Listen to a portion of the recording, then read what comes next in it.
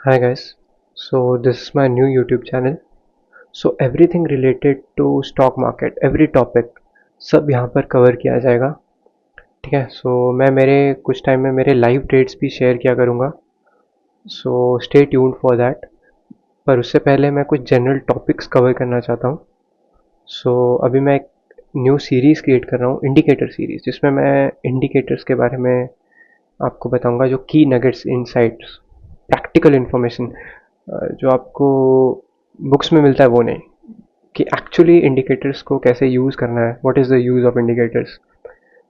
ये topic usually retail traders या beginners का बहुत फेवरेट होता है, कि मुझे कोई ऐसा इंडिकेटर मिल जाए जो मुझे पहले ही बता दे कि मार्केट अप जाने वाला है या डाउन जाने वाला है. तो आपके लिए बहुत एक सैड न्यूज़ है गाइस. ऐसा कोई भी इंडिकेटर, टूल या स्ट्रैटेजी कोई भी एग्जिस्ट नहीं करती जो आपको पहले ही बता दे कि मार्केट अप जाने वाला है या डाउन जाने वाला है. अगर ऐसा होता तो सब लोग पैसा बना के बैठ जाते. ठीक है. ऐसा कोई स्ट्रैटेजी, टूल या इंडिकेटर भी नहीं है. तो फिर ये मार्केट में जो दूसरे इंडिकेटर्स हैं, मैकडी, आरएसआई, बॉलिंजर बैंड, स्टोकेस्टिक्स, इनका क्या मतलब? ये भी तो इंडिकेटर्स हैं और लोग तो यूज़ भी करते हैं कुछ. तो यस, यूज़ करते हैं, बट ये सोलली इंडिकेटर्स पर डिपेंड नहीं करते हैं. इंडिकेटर्स को एक कॉन्फ्रेंस के साथ यूज़ किया जाता है. ठीक है. तो जो फर्स्ट इंडिकेटर है वो हम सीखने वाले हैं, वो है मैकडी. ये बहुत ही फेमस इंडिकेटर है, आपने सुना ही होगा. और एक इसका यूज़ भी बहुत सिंपल है. बस इसमें ये जो दो लाइंस दिख रही हैं, ये कुछ नहीं होती, ये मूविंग एवरेजेस होती है बस. ठीक है. जो जो आपको यहाँ पर दो नंबर दिख रहे होंगे, 12 और 26, ये बस वो ही दो मूविंग एवरेजेस हैं. जब ये 12 वाली, मीनिंग ब्लू वाली, नीचे से ऊपर को कट करती है 26 वाली को, ऑरेंज वाली को, तो हम बाय ट्रिगर करवा देते हैं, या कहते हैं कि मार्केट बाइंग कंडीशन में चले गया है या बाइंग एंट्री ट्रिगर हो गई है. और जब उसी का उल्टा होता है, ऊपर से नीचे ब्लू वाली कट करती है ऑरेंज को, तो हम कहते हैं कि सेल हो रहा है, मार्केट में सेलिंग ट्रिगर हुई है. ठीक है. ये एक जनरल अंडरस्टैंडिंग है मैकडी का, कि मार्केट अप जा रही है, डाउन जा रही है, ये इंडिकेटर मुझे बता रहा है. बट अगर आप ध्यान से देखो, आपको सामने सामने अभी चार्ट पे निफ्टी 50 का खुला है चार्ट. तो 5 मिनट इंट्राडे के लिए यूज़ करते हैं यूजुअली. तो आपको 5 मिनट पर जनरली दिख रहा है कि यहाँ पर तो डाउन ट्रिगर हुआ है, यहाँ पर इस कैंडल पर. क्या उसके बाद ये डाउन गया? नहीं, ये वहीं रह गया. इनफैक्ट ये ऊपर चले गया है थोड़ा. सिमिलरली इस केस में यहाँ पर बाय ट्रिगर हुआ है 11:15 के अराउंड, आप टाइम देख सकते हो, राइट. तो यहाँ पर क्या बाइंग ऊपर गया है क्या? नहीं. इनफैक्ट यहाँ से ये नीचे चला गया. तो इंडिकेटर तो अभी सामने सामने दिख गया कि ये तो फेल हो रहा है. व्हाट इज द रीजन कि ये फेल क्यों हो रहा है? Answer is very simple. हर एक इंडिकेटर की एक्यूरेसी होती है. And first and foremost rule कि जो मैंने बताया कि इंडिकेटर्स जो है ये कॉन्फ्रेंस में यूज़ किया जाता है, सोलली नहीं यूज़ किया जाता है. Why? Because indicators, not just this one, MACD नहीं, सारे indicators are lagging in nature. मतलब ये इवेंट होने के बाद में आपको, या फिर आधे से ज़्यादा मूव होने के बाद आपको बताते हैं कि एंट्री ट्रिगर हुई है, राइट.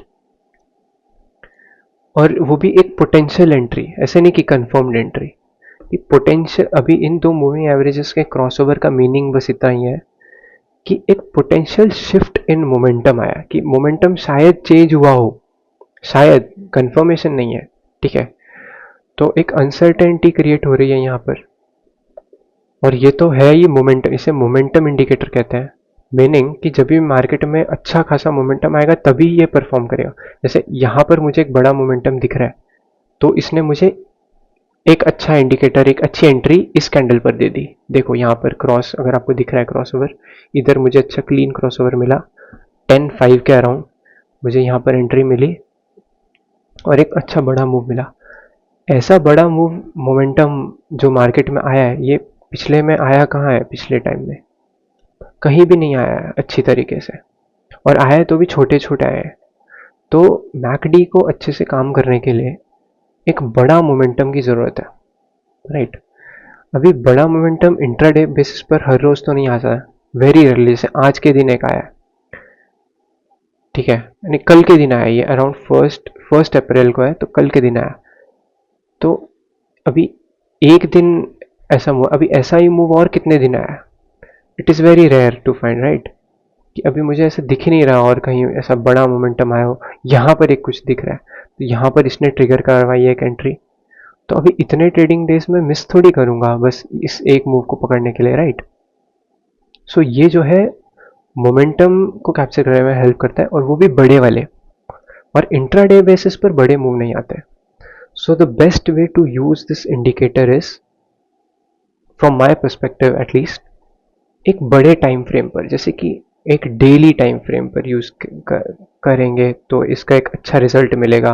जैसे यहाँ पर बाय ट्रिगर हुआ, पूरा बाय, यहाँ पर देखना सेल ट्रिगर हुआ तो एक अच्छा सेल। तो बड़े टाइम फ्रेम पर जो मोमेंटम है, जैसे कि ये वाला सेल मोमेंटम कैप्चर होगा, ये वाला सेल कैप्चर होगा, ये वाला सेल कैप्चर होगा, ये वाला बाय कैप्चर होगा, ये वाला बाय कैप्चर हो सकता है, ये वाला बाय कैप्चर हो सकता है, राइट। तो जो ऐसे ये बड़े बड़े मोमेंटम्स क्रिएट हुए, इनको कैप्चर करने में आपके लिए मैकडी एक अच्छा इंडिकेटर या एक अच्छा परफॉर्मेंस, अच्छी प्रोबेबिलिटी आपके फेवर में दे सकता है। शॉर्टर टाइम फ्रेम पर प्रॉब्लम बस इतना है कि मार्केट यूजुअली छोटे मूव्स देता है और काफ़ी चॉपी भी रहता है।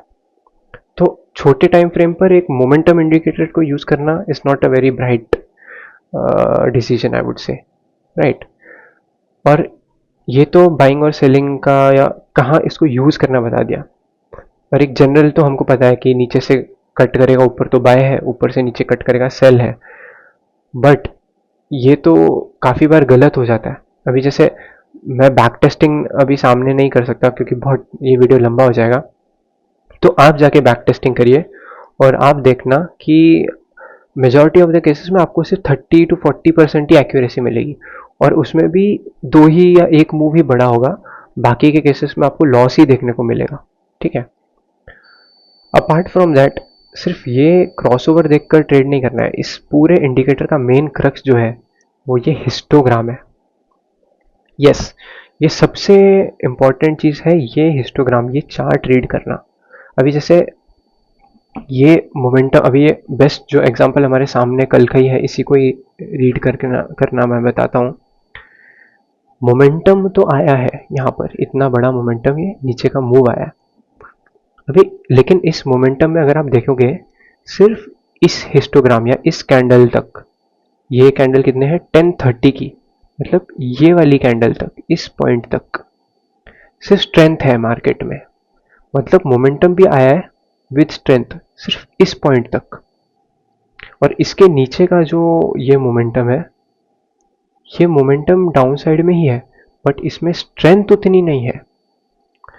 इसका मीनिंग क्या हुआ कि there is potential for reversal, समझे, potential. I am not saying कि सर्टेन है कि भाई ये हो ही जाएगा रिवर्सल, बट जितने स्पीड से नीचे गिरा था, अब उतने स्पीड से नीचे नहीं गिरा, एंगल चेंज हो गया, फिर एंगल चेंज हो गया, साइडवेज हो गया, फिर ऊपर जाने लगा।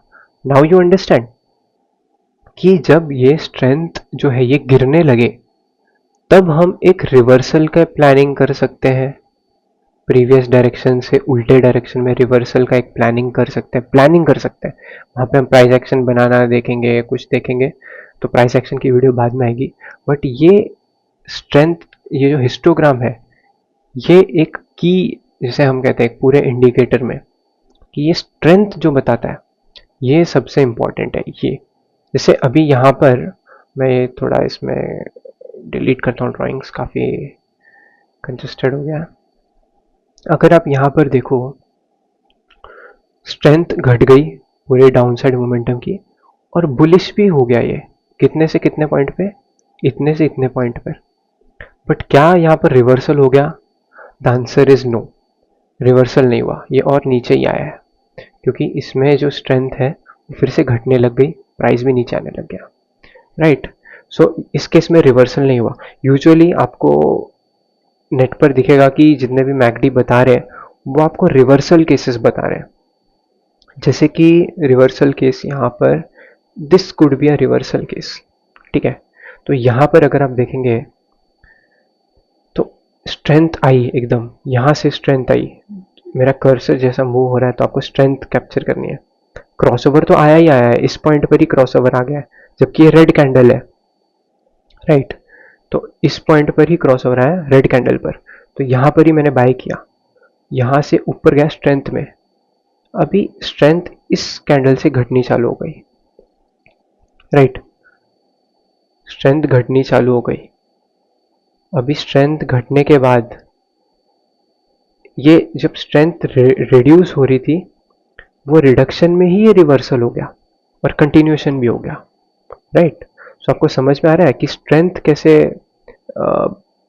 हमको बता रही है रिवर्सल कहाँ पर हो सकता है पोटेंशियल। जैसे 1 2 3, ये 10 10 5 10 10, इन 3 कैंडल में स्ट्रेंथ रिड्यूस हो गई, तो मेरे को ये पता चल गया कि ये इम्पल्स में अब स्ट्रेंथ नहीं रही, राइट। यहाँ पर वापस एक हिस्टोग्राम बड़ा भी बन सकता है, क्योंकि प्राइस इज सुप्रीम, कभी भी वॉल्यूम कहीं भी ट्रिगर स्ट्रेंथ हो सकती है, we never know. But as of now, अभी के लिए स्ट्रेंथ मुझे डिक्रीज होते हुए दिख रही है यहाँ पर। वो जो बाइंग और सेलिंग का जो जनरल जो लॉजिक था वो तो बहुत ही बेसिक है, वो तो हम पकड़ के चल ही रहे, बट हम स्ट्रेंथ के बेसिस पर देख पा रहे हैं, हम कैसे गेज कर रहे हैं कि रिवर्सल कब होगा। कि यहाँ पे स्ट्रेंथ घट गई, तो क्या ये पूरा का पूरा जो इम्पल्स है ये रिवर्स हो सकता है। हमको ये कहाँ पर पता चल गया, इस पॉइंट पर पता चल गया कि अभी ये ऊपर भी जा रहा है, इस दो कैंडल पर अराउंड 10-15 एंड 10-20 ऊपर भी गया है, बट क्या उतने स्ट्रेंथ से ऊपर गया है, यहाँ पर आप देख सकते हैं, क्या ये उतने स्ट्रेंथ से ऊपर गया है। The answer is no. Although ये ऊपर गया है यहाँ पे ग्रीन, बट स्ट्रेंथ फिर भी घट ही रही है। इसका मीनिंग क्या है कि यहाँ से ये डाउन साइड जाने का हाई पोटेंशियल है, राइट। तो आपको अभी समझ में आया कि स्ट्रेंथ गेज करना इस MACD में, मोमेंटम की स्ट्रेंथ गेज करना कितना इंपॉर्टेंट है। So this is the one of the key factors या की नगेट, कि ये जो हिस्टोग्राम है ये उस क्रॉसओवर से भी ज़्यादा इंपॉर्टेंट है एक्चुअली में, क्योंकि ये आपको मोमेंटम की स्ट्रेंथ बताता है। क्योंकि मोमेंटम में अगर स्ट्रेंथ खत्म हो गई एक पॉइंट पे या पिक पे पहुंचने के बाद, तो वहां से एक पोटेंशियल रिवर्सल को कैप्चर किया जा सकता है, ठीक है। सो ये एक बहुत ही इंपॉर्टेंट की नोट है मैकडी में। I personally don't recommend using any of the indicator, but ये एज अ कॉन्फ्लुएंस को यूज किया जा सकता है। इसी तरह से हम RSI और मूविंग एवरेज के क्रॉसओवर्स को भी स्टडी करेंगे। ये एक्चुअली मूविंग एवरेजेस और MACD मतलब सेम है, कोई इनमें डिफरेंस नहीं है। तो एक RSI और एक बॉलिंजर बैंड और एक स्टोकास्टिक, थोड़ा सा डिफरेंस है बस।